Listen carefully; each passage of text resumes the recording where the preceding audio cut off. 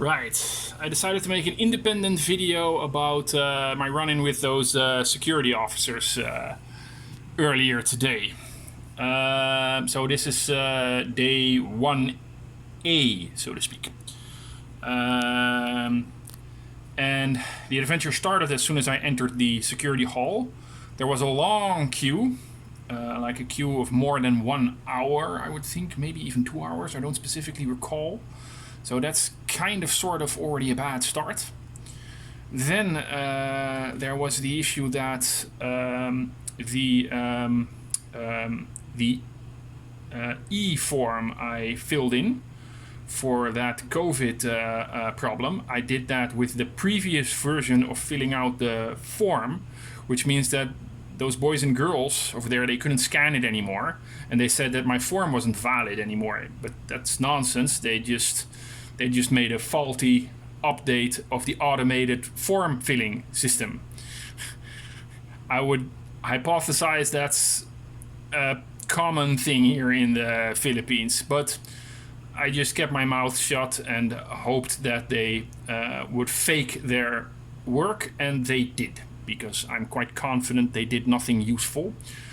Then there was the question of do you have a return ticket? And my answer, of course, was no, because I don't specifically know when I am going to return.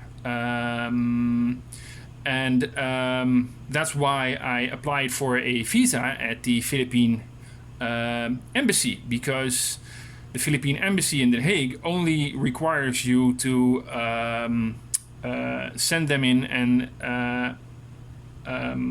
itinerary, which means that they ask you to select the flight you would choose to return with.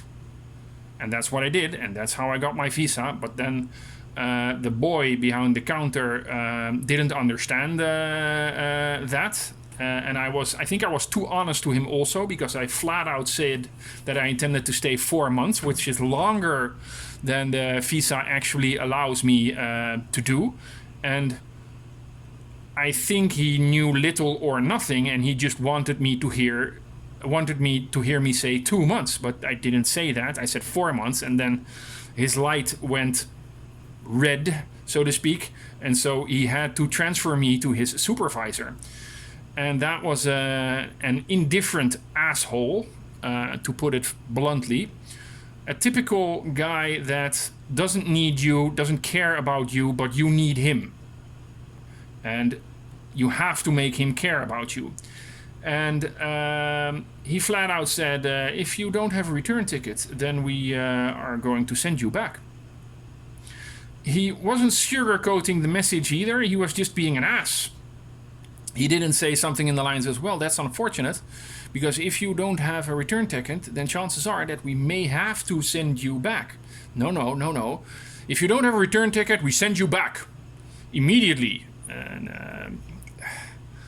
what an asshole. And then there were the fellows from EVA that helped me settle this case. So kudos for their customer service, because they really helped me out. There was a particularly friendly boy that helped me order an additional ticket, which wasn't that easy because I didn't have internet, and I did need to make a transfer. And at that moment, I just needed to get my methods of payment up and running. But so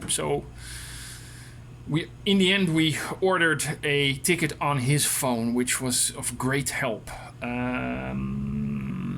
And as soon as I ordered it, that security officer was fine with it. And so he wasn't particularly welcoming, he wasn't friendly, he was indifferent, he was basically an asshole. But, and that needs to be said, here in the Philippines, they aren't particularly fond of foreigners arriving here and then staying as long as they want and being unable to pay a return ticket. People like that end up homeless here, and they are basically bums, Western bums here on the street. And here in the Philippines, they aren't waiting for those types of people. So if you force your visitors to have a return ticket, then you know they can return. So there, in the end, there is something to be said for this policy. It's just a matter of how you apply it, and also a matter of how you actually communicate and cooperate with your own embassies, because for sure there was a difference in between what the Philippine embassy was asking me to and what that security officer was asking of me, but even though technically they belong to somewhat of the same department. And I literally showed him that the Philippine embassy in The Hague asked for different documentation than he did. But he didn't care. He didn't give a flying rat's ass.